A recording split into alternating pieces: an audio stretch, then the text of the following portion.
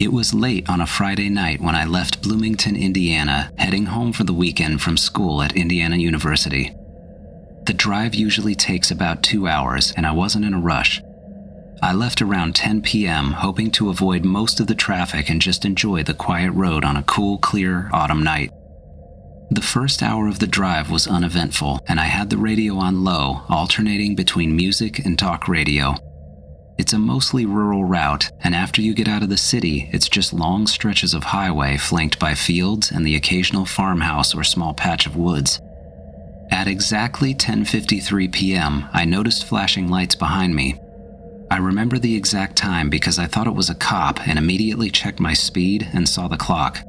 My stomach dropped, and I actually said out loud, "Oh my God, I'm getting pulled over." I wasn't doing anything wrong though. Maybe I was going like 5 or 10 miles over the speed limit, but nothing serious. I turned onto the next side road, figuring I'd either let the officer pass me or get a ticket. As I came to a stop and reached for the glove box to get my registration and insurance, the lights suddenly disappeared. I waited, expecting a cop to walk up behind my car, but nothing happened. The road stayed silent, dark, and empty. I sat there for a second confused, checking my mirrors and cranking my neck to see if the patrol car had somehow turned around, but there was nothing. That's when things started to get weird. At exactly 10:56, yes, I was still watching the time, I noticed my car's electronics started to do weird things. The radio wasn't staying on one station, and it sounded like it was cycling through static and random voices. The volume jumped up and down erratically, almost like there was someone twisting the knob. Then my headlights began to dim and surge back to life. At first, I thought it was my alternator or battery dying. I leaned forward to reach under the dash so I could pop my hood and check the battery, and that's the last thing I remember doing. The very next thing I remember, I was lying on my back in some kind of field, staring up at the night sky. Strangely, my first thought was how clear the stars were and how I felt like I could see constellations that I had never seen before. It took me a moment to process what was going on and where I was, or rather, where I wasn't. I could feel the cold ground beneath me. It was hard and littered with broken corn stalks. I could smell the sharp scent of earth and decaying vegetation. I sat up slowly, trying to make sense of what I was seeing, but I was in the middle of a harvested cornfield, surrounded by endless rows of stubble stretching into the darkness. The highway was nowhere in sight, and my car was gone. My heart started racing as questions flooded my mind. Where am I? How did I get here? And where is my car? I turned in a slow circle to scan the horizon and tried not to completely freak out. In the distance, maybe a half a mile away, I saw the faint glow of headlights on what I assumed was the main road. With no better plan, I got up and decided to head toward them to get help and figure out what was going on. My hands were shaking and my breathing was shallow, but I tried to focus on putting one foot in front of the other. Walking through the field felt surreal. The uneven ground and brittle stalks crunched under my shoes, and the cold air bit at my face. I kept looking over my shoulder, half expecting to see something. I don't know what, but the feeling of being watched was overpowering. I started to remember that I had pulled off of the highway, but I couldn't remember how I'd gotten away from my car or out into the field. Thoughts of somehow being drugged or abducted started creeping in, but I didn't want to think about it. I just wanted to get to the main road. Eventually, I did reach the road and came to an intersection sign that said 350 north and 50 west, which I recognized as being very close to where I'd pulled over. Relief washed over me when I spotted my car, still parked just off the highway on the side road where I had stopped. But as I got closer, that relief turned to confusion and then dread. When I got into my car, it was completely dark and the battery was dead, which didn't make sense. I hadn't been gone long enough for the battery to drain entirely, had I? I opened the driver's door and grabbed my phone from the passenger seat. The screen lit up, showing the time 2:17 a.m. More than 3 hours had passed. I sat in the driver's seat, stunned. I could not piece together how I had gone from popping the hood at 10:56 p.m. to waking up in a field at 2:17 a.m.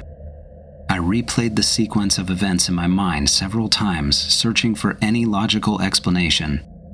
Maybe I had blacked out, but that didn't explain how I ended up so far away from the car, or the strange behavior of the electronics before everything went blank. For a long time, I just sat there, gripping the steering wheel and staring out the windshield, completely confused. Eventually, I remembered my battery was dead and I needed to do something to get off of this road, so I called AAA for help. The operator said it would take about an hour for a tow truck to reach me, given how far I was from the nearest town. While I waited, I kept going over what had happened in my head, trying to rationalize waking up in the field, but no matter how I looked at it, nothing added up.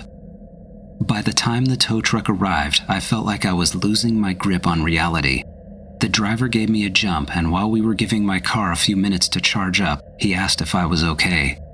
I must have looked as shaken as I felt, but I just mumbled something about my lights pulsing and my battery dying and thanked him for coming out. I think seeing my car running again made me want to keep the small talk short so I could leave and get home. To this day, I don't know what happened to me that night. I've tried to come up with plausible explanations, but nothing fits. The strange disappearing lights behind my car and the lost time are utterly terrifying to me. I've really only told one other person about this experience, and it was my uncle, because he's always been a good listener who never judges anyone. Even he didn't have much to say other than it sounded like one hell of an experience. I know this sounds like a cliché UFO story, like the kind you'd see in a movie or read about online, and I wouldn't blame anyone for saying I made the whole thing up. If someone told me a story like this, I'd react the same way, but I swear to God, every word of it is true. What happened to me in those missing hours, I'll probably never know, but I honestly can't even think about it for too long, or it starts to send me into a full-blown panic attack. I was physically unharmed and didn't have so much as a scratch on me, but it left me with some pretty heavy waves of PTSD that come and go. Whatever it was, it changed the way I think about things now. I have this deep feeling that there's more going on around us than we could possibly know, and I, for one, would like to keep it that way.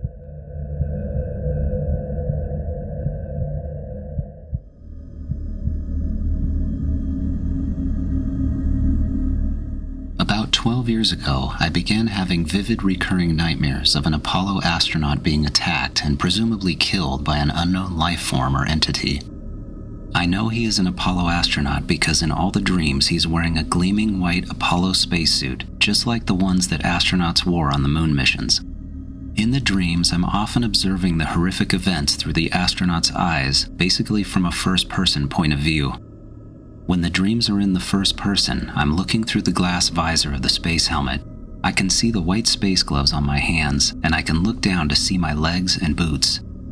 What is particularly strange about the first-person dreams is that I can still remember what it feels like to wear an Apollo spacesuit.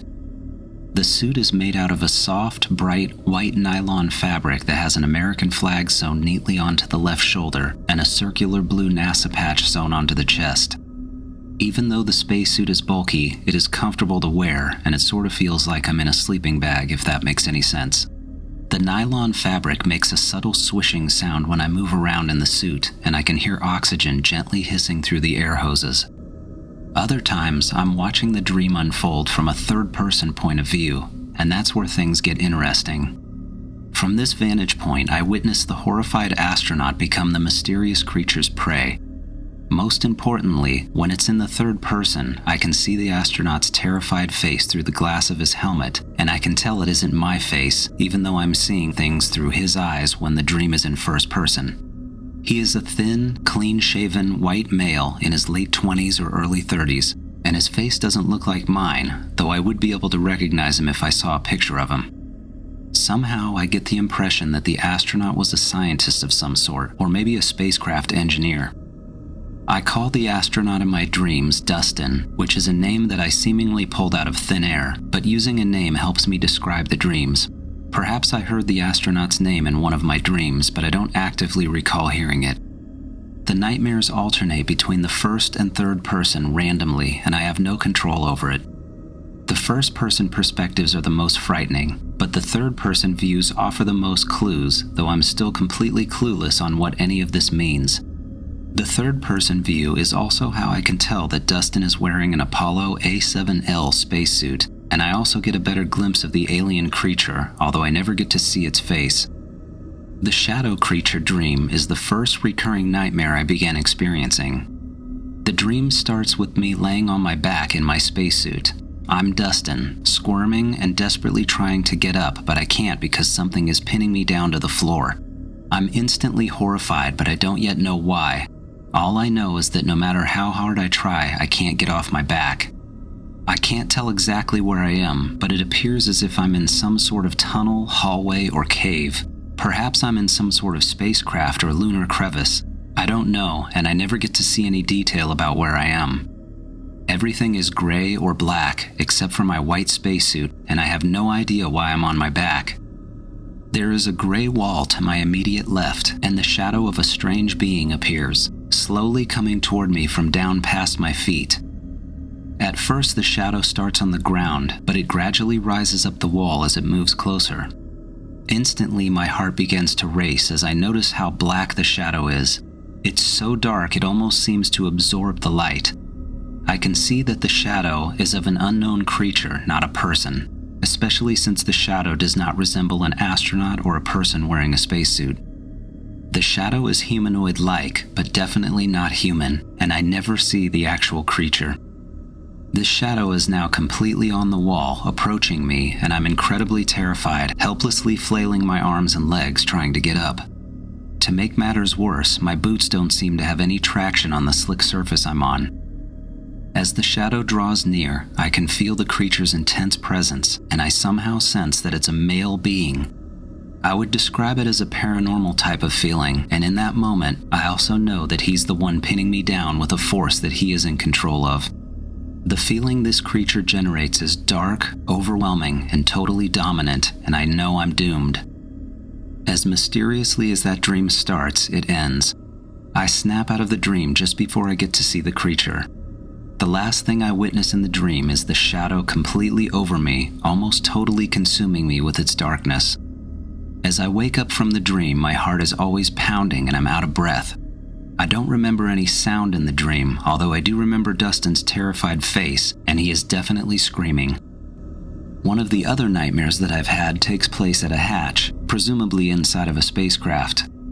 The dream begins with me looking through the glass of my helmet at a hatch that I'm frantically trying to open. Instantly, I know that I'm trying to escape the very same creature that haunts my other dreams, even though I never see him or his shadow in this dream. However, I somehow know he is coming up behind me. It's that same ominous paranormal feeling again. He's coming to get me, and I have to open this heavy hatch to escape. With all my might, I desperately try to open the hatch, but it won't budge. I try to figure out what's jamming the hatch controls, but the puffy white gloves are either too cumbersome or I'm in too much of a panic to figure out what the malfunction is. I don't recall if there is a window on the hatch, but I do remember that the mechanical components of the hatch are exposed and look quite intricate. My heavy breathing fogs up my visor, making it hard to see, and it's impossible to keep my feet on the ground in the low-gravity environment as I struggle with the hatch. In this dream, I'm screaming for help, but the volume of my screams seems muffled. Suddenly, I wake up before finding out if I ever opened the hatch or if the creature got me.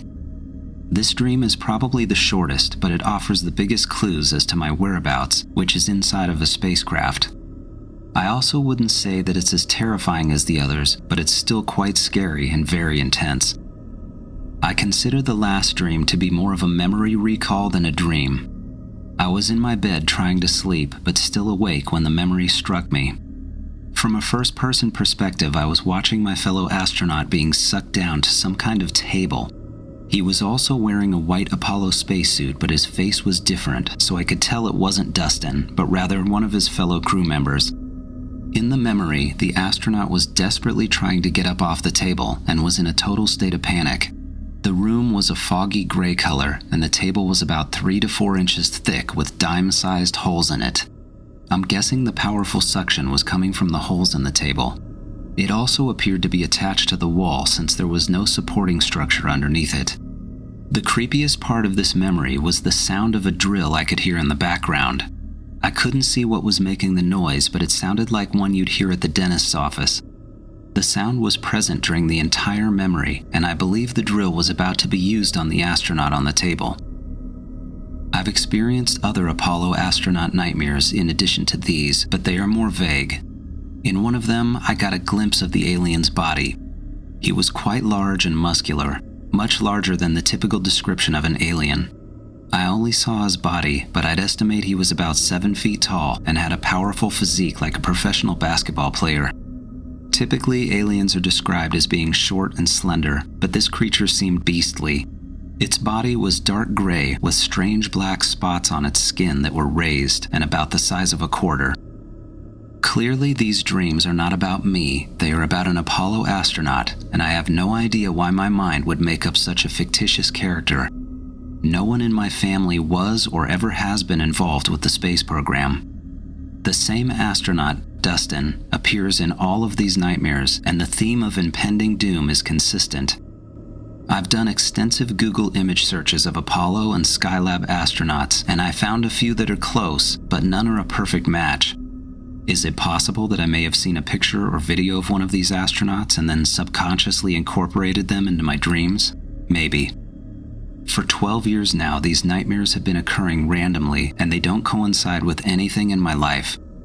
The creature that appears in all of them is the most disturbing part, and I sometimes wonder if it's a manifestation of something else, possibly death or impending doom. I feel like these dreams have been small pieces of a larger puzzle that my brain has created for me to figure out, but without all the pieces, I can't understand what any of this means.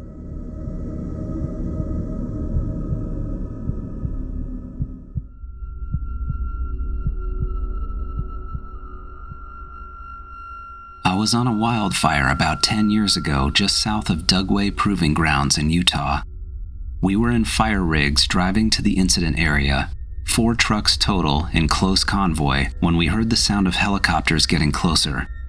When we finally saw them, there were 8 black military choppers that followed us in formation for almost 10 miles. We assumed they were just doing drills, but we also were joking over the radio that maybe they were using us for target practice or something. I can definitely say there was a tension we all started to feel. Not long after that, we parked and were about to start hiking to the fire line when all of a sudden, we saw this thin column of smoke shoot up about 200 feet into the sky. It was a good mile away from us, but the concussion was pretty significant when it hit, and the noise was still ridiculously loud. We honestly didn't think it was too big of a deal because it was still far away from us, and we knew we were near one of the strike zones on the edge of the military base. About 5 minutes after that, an aircraft like nothing I've ever seen flew by us at what I'm guessing was only about 500 feet off the ground. It was a flat, matte black all the way around and sort of rectangular in shape, but it had some kind of short fins or little wells on the underside of it. It was moving way too slowly to be a normal aircraft, and it was dead silent, so I started to think it was some sort of stealth glider. This sounds funny, but it immediately reminded me of a huge floating Batmobile from the Tim Burton era of Batman. It just didn't make any sense to me how something like that could be flying past us at a slow helicopter speed without any obvious kind of propulsion. As soon as it was past us, military personnel got on our radio frequency and instructed us to leave the area immediately. When our crew chief asked who it was and why we needed to leave, the incident commander, who is the guy in charge of managing the entire situation, came on the radio and said we were evacuating the area immediately and didn't give any additional explanation or information at all. We all turned back, got in our trucks, and drove out. As soon as we were starting to get out of the area, we finally heard from our crew chief again. They ended up sending us to a completely different fire about 100 miles to the south and never told us why, except that it was a higher priority, which was total bullshit. When we got to the new location, the fire was already out, and we just ended up assisting the other crews in the mop-up operation.